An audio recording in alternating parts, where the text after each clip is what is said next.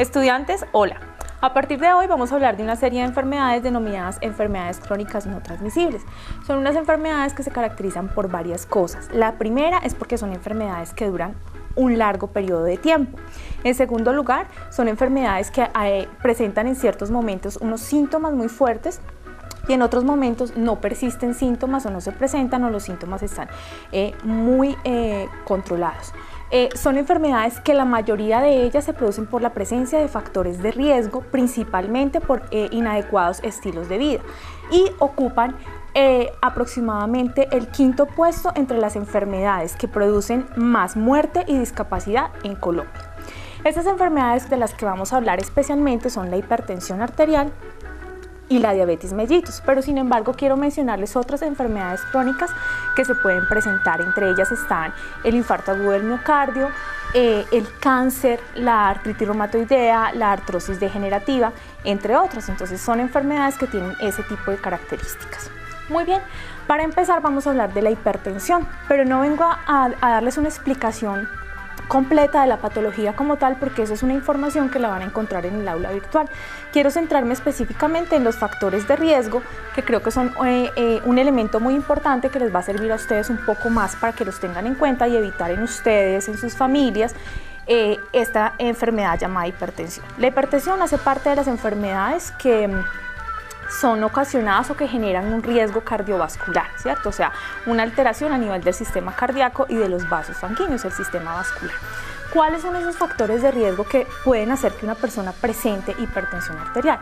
El primero de esos factores es el tabaquismo, es decir, el consumo de cigarrillo. Es importante tener en cuenta, o lo que la gente no sabe es que muchas veces la nicotina produce un efecto a nivel de los vasos sanguíneos y aparte de eso produce también un efecto a nivel de unas células que existen en la sangre que se llaman las plaquetas y favorecen que esas plaquetas no anden libres por los vasos sanguíneos, sino que se junten y formen como una serie de conglomerados que pueden adherirse a esos vasos sanguíneos y taponar las arterias, y en la medida que taponan las arterias, pues obviamente la presión arterial se va a aumentar, es decir, que el corazón tiene que hacer mucho más esfuerzo para empujar la sangre y que la sangre pase a través de ese vaso que tiene la luz o el espacio disminuido por donde debe pasar la sangre. Otro factor de riesgo importante es la obesidad. ¿Por qué la obesidad? Porque resulta que entre más masa corporal, sea grasa o sea músculo, el corazón igualmente tiene que hacer mucho más esfuerzo para poder bombear la sangre, y ese esfuerzo que hace el corazón pues obviamente también se transmite a los vasos sanguíneos y eso puede hacer que en los vasos sanguíneos haya un aumento de la presión arterial.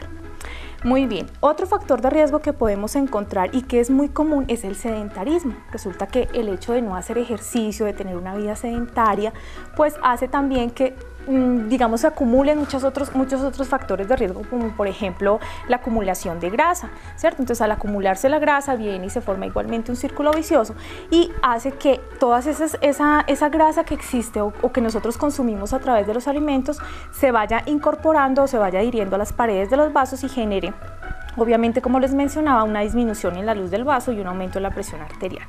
Otra cosa importante es el aumento en el colesterol y los triglicéridos, ¿cierto? Entonces, si ustedes consumen muchos alimentos que son ricos en grasas y que aparte de eso haya una alteración del metabolismo del colesterol y los triglicéridos, igualmente pues estos se van a ir acumulando en los vasos sanguíneos y van a generar este tipo de situación. Otro factor de riesgo para presentar hipertensión arterial es la edad.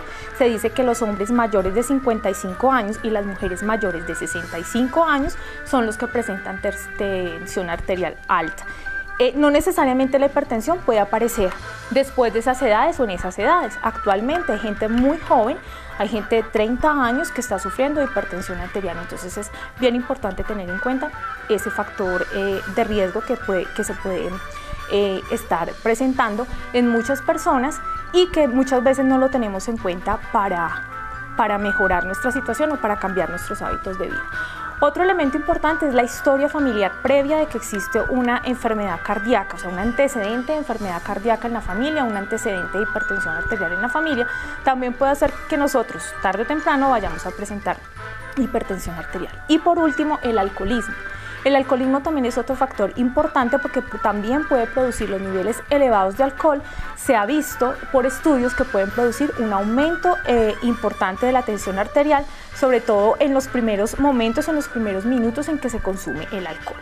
Muy bien, esos son los principales factores de riesgo que pueden hacer que se presente la hipertensión arterial. Más adelante vamos a mirar cómo vamos a prevenir y qué hay que hacer para prevenir que se presenten esos factores de riesgo.